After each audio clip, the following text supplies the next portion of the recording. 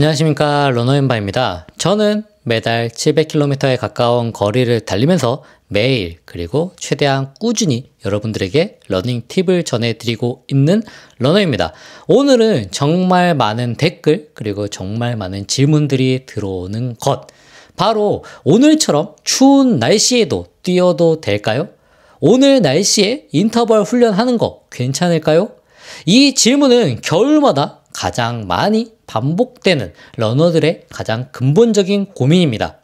특히 춘천, 제마 이런 큰 대회가 끝나고 본격적인 겨울이 시작되는 지금, 이 판단을 내려야 내년에 봄에 기록이 괜찮게 나올 수 있습니다.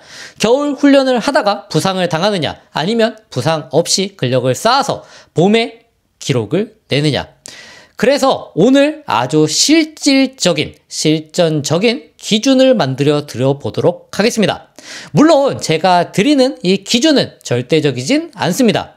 바람, 이런 복잡한 건 다 빼버리고 여러분이 일기예보 앱에서 체감 온도 딱 그것만 보고 5초 만에 판단할 수 있도록 제가 정리해 드려보도록 하겠습니다. 오늘은 뛰어도 되는 날인지, 뛴다면 어떤 강도로 해야 되는지, 그리고 오늘은 그냥 실내에서 운동을 해야 되는 날인지, 이 기준은 제가 매달 많은 거리를 뛰면서 쌓았던 경험과 미국의 기상청 그리고 미국의 스포츠 의학회의 권고를 합친 러너용 실전 판단 기준표입니다. 바로 시작하도록 하겠습니다.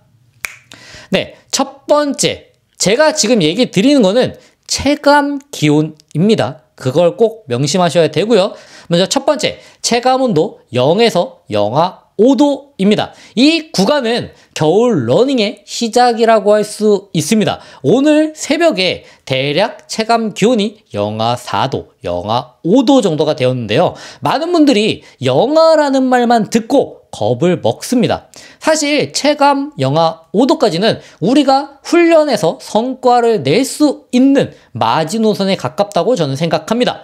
워밍업만 평소보다 5에서 10분 정도 더 길게, 그리고 동적 스트레칭 위주로 몸에 열을 충분히 내주면 템포런, 인터벌, 가속주 같은 고강도 훈련도 충분히 가능하다고 생각합니다.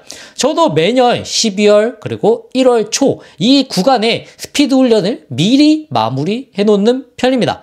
근육 온도가 적절히 유지되고 그리고 호흡의 자극도 거의 없습니다. 오히려 적당히 시원해서 훈련이 더 잘 되기도 하는 시즌이 지금이라고 생각합니다. 간단한 질문 하나 대답을 해드려 보도록 하겠습니다. 임반님, 이 온도에서 도대체 어떻게 입어야 되나요? 라는 질문을 하시는데요. 상의는 최대한 3겹을 기억해 주시길 추천드립니다. 먼저 베이스, 땀이 잘 마르는 기능성 긴팔을 입어주고요. 그리고 두 번째, 미드로 체온을 보존하는 얇은 플리스 혹은 긴팔을 입어줍니다. 혹은 조끼도 괜찮습니다. 그리고 마지막으로 바람을 막아주는 초경량 바람막이를 아우터로 입어주면 좋습니다. 그리고 하의는 저 같은 경우에는 두꺼운 거 1겹 혹은 얇은 거 2겹을 입어줍니다. 얇은 타이즈를 안에 입어주고요. 기모 타이즈 혹은 바람막이 조거 팬츠 같은 것들을 위에다 입어줍니다. 핵심은 바람막이가 가능하다는 것입니다. 체감 영하 5도는 바람이 어느 정도 있다는 뜻으로 겉에 얇은 바람막이 하나만 걸쳐도 체감 온도가 3에서 4도는 올라갑니다. 그래서 이 구간의 훈련을 요약해 드리자면요. 평소 루틴대로 그대로 실시하되 단 워밍업은 15분 이상으로 충분히 몸에 열이 날 수 있도록 해주는 게 포인트라고 할 수 있습니다. 다음 두 번째 단계입니다. 체감 영하 6도에서 영하 10도입니다. 이때는 스피드 효율이 저하가 되기 시작할 때입니다. 이 온도가 되면은 진짜 겨울이구나 라는 게 확실히 느껴지는 단계입니다. 몸이 둔해지고 땀이 나도 바람이 스치면 금방 식어버리게 됩니다. 가장 중요한 건 스피드 훈련의 효율이 급격히 떨어지는 구간이라는 점입니다. 근육 온도가 낮아지면 신경 전도 속도가 확실히 떨어지고 반응 시간이 느려질 수밖에 없습니다. 쉽게 쉽게 말해서 나는 100% 힘을 주는데 실제 속도는 80%밖에 안 나오는 비효율적인 구간에 해당됩니다. 제가 예전에 체감 영하 8도에서 10도 정도 되는 날에 훈련 계획표에 인터벌이 있어서 억지로 트랙에 나가서 훈련을 한 적이 있는데요. 1km를 3분 30초 페이스로 뛰어야 되는데 심박수는 180까지 치솟는데도 불구하고 몸이 얼어서 페이스가 3분 50초 밑으로는 잘 안 떨어졌습니다. 결국 훈련은 훈련대로 실패하고 대신에 목은 또 칼칼해지고 햄스트링은 뻐근한 통증만 얻었습니다. 이 구간에서 스피드 훈련은 득보다 실이 훨씬 큽니다. 그래서 제가 추천드리는 이 구간의 훈련은요, 조깅 또는 여유로운 롱런, LSD를 실시해 주시길 추천드립니다. 대화가 가능한 페이스로요. 스피드 욕심은 버리길 추천드리고요. 목표는 심폐지구력, 즉 유산소 능력을 유지하는 것이 핵심입니다. 추가로 아까 얘기 드렸던 것처럼 장비에 대한 팁을 얘기 드리자면요. 이때부터는 무조건 비니, 그리고 넥 워머, 그리고 튼튼한 장갑, 따뜻한 장갑은 필수입니다. 특히 넥 워머로 코와 입을 살짝 가리면 차고 건조한 공기가 한번 걸러져서 호흡기가 훨씬 편안해질 수 있습니다. 다음 세 번째 구간입니다. 사실상 마지막 구간이라고 할 수 있는데요. 이 온도 구간부터는 훈련이 아니라 생존 영역에 가까워집니다. 바로 체감 영하 11도에서 17도 사이입니다. 숨을 쉴 때마다 코가 아프고 숨이 차면서 기침이 나기 시작합니다.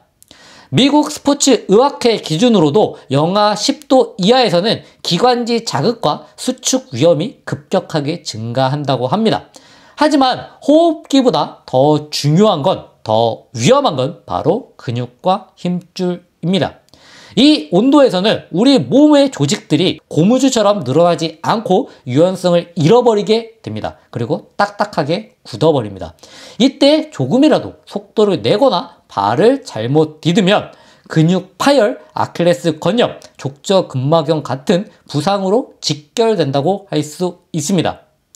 그래서 제가 얘기 드리는 판단 기준을 한번 얘기 드려보도록 하겠습니다. 당연히 뛰고 싶은 분들이 많으실 겁니다. 그래서 기준을 드리자면요. 이 구간에서는 거리나 페이스를 목표로 잡지 않으셔야 합니다.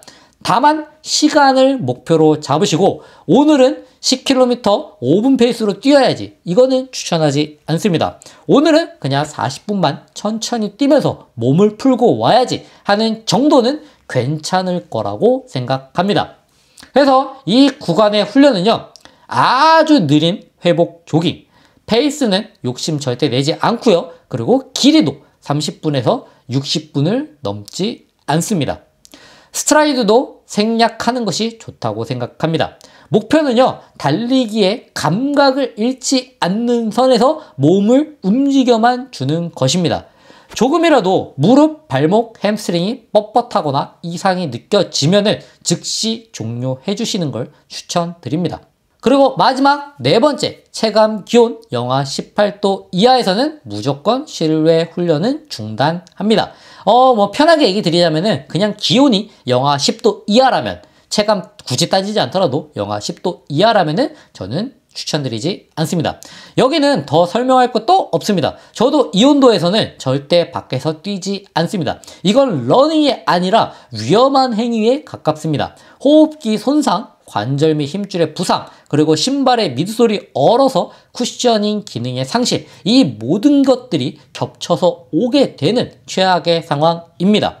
이런 날 밖에서 뛰었다는 것은 내가 강하다라는 것이 아니라 내 몸을 혹사시킨 것밖에 되지 않습니다.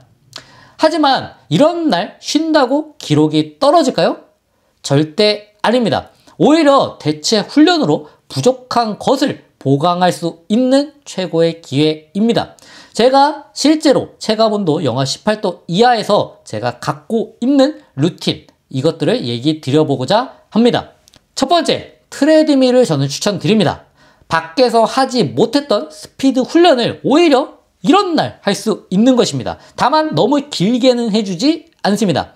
예시로는요, 10분 정도 가볍게 워밍업을 해주고요. 그 다음에 400m 질주, 그리고 400m 조깅. 이거를 5세트를 반복해줍니다. 그래서 여기에서는요, 그냥 스피드를 쭉 올렸다가 다시 천천히 숨 골랐다가 쭉 올렸다가 숨 골았다가 이거를 반복해주고 10분 정도 쿨다운을 해줍니다. 그리고 얘기 드렸던 것처럼 경사도는 1에서 2% 정도를 주면은 실제 밖에서 뛰는 것과 비슷한 저항을 느낄 수 있습니다. 그리고 두 번째로는요, 스키 에르고 혹은 로잉 머신을 추천드립니다. 물론 이것들이 흔하게 있진 않기 때문에 조금 접근성이 떨어지긴 하지만 많은 분들이 근지구력을 키우거나 이런 대체 보강 훈련으로 가장 추천하는 두 개라고 한다면은 저는 스키 에르고 또는 로잉 머신이라고 생각합니다. 러닝이 하체 중심 운동이라면 스키 에르고와 로잉은 상체와 코어를 폭발적으로 업그레이드 할 수 있는 최고의 심폐 훈련입니다. 겨울 동안 이걸 통해서 상체와 코어를 보강해준다면 봄 러닝에서 페이스를 밀어붙일 때 몸의 균형이 무너지지 않는다고 할 수 있습니다. 그리고 마지막으로 세 번째로 추천드리는 건요, 바로 천국의 계단, 스텝밀입니다. 이거는 근지구력의 끝판왕입니다. 특히 엉덩이 쪽 자극과 햄스트링을 강화하는데 정말 최고라고 할 수 있습니다. 러닝 후반부에 무너지는 분들은 겨울철 스텝밀 20분만 꾸준히 타보시면 정말 좋습니다. 그래서 저의 아침 10초 훈련 결정 공식에 대해서 얘기를 드려보도록 하겠습니다. 딱 요것만 따져주시면 됩니다. 아침에 일어나서 일기예보 앱을 딱 봅니다. 10초 안에 오늘 훈련을 결정할 수 있는 최종 정리입니다. 체감온도 영하 5도 이상은요, 고강도 오케이, 그리고 평소 훈련대로 대신에 워밍업만 길게. 체감 기온 영하 6도에서 영하 10도는요, 스피드 훈련은 금지하고 조깅이나 롱런, 그리고 비니와 그리고 장갑 필수. 그리고 체감 기온 영하 11도에서 영하 17도는요, 고강도는 절대 금지하고 시간도 30분에서 60분 정도로 아주 가볍게, 조금이라도 아프면 바로 중단한다. 그리고 체감 기온 영하 18도 이하에서는요, 실외 운동은 중단하고 100% 실내 대체 훈련을 진행합니다. 이 기준만 기억하면은 겨울철 부상을 90% 이상 줄이고 기록도 안전하게 지킬 수 있습니다. 자, 여기서 가장 중요한 마인드셋에 대해서 얘기를 드려보도록 하겠습니다. 겨울 훈련의 목적은 기록을 올리는 것이 아니라 지키는 것이라는 걸 기억하셔야 됩니다. 겨울은 내년 봄에 도약을 위해서 부상 없이 기초 체력과 근력을 키우는 기간입니다. 이 기준은 겁쟁이라서 보수적으로 잡는 게 아니라 기록을 지키는 게 결국엔 더 잘 달릴 수 있는 가장 스마트하고 검증된 기준이기 때문입니다. 솔직히 얘기 드리자면은 부상 없이 겨울을 버틴 러너만 봄철에 좋은 기록을 낼 수 있습니다. 오늘부터는 오늘 뛰어도 되나? 이런 걸 너무 많이 고민하지 마시고 체감 온도만 보고 바로 판단해 주시면 좋습니다. 여러분의 겨울 러닝이 더욱 스마트해질 거라고 생각합니다. 이상 러너 임바였고요. 여러분들이 겨울철에 잘 이겨내셔서 부상 없이 행복한 달리기 이어가시길 응원하도록 하겠습니다. 감사합니다.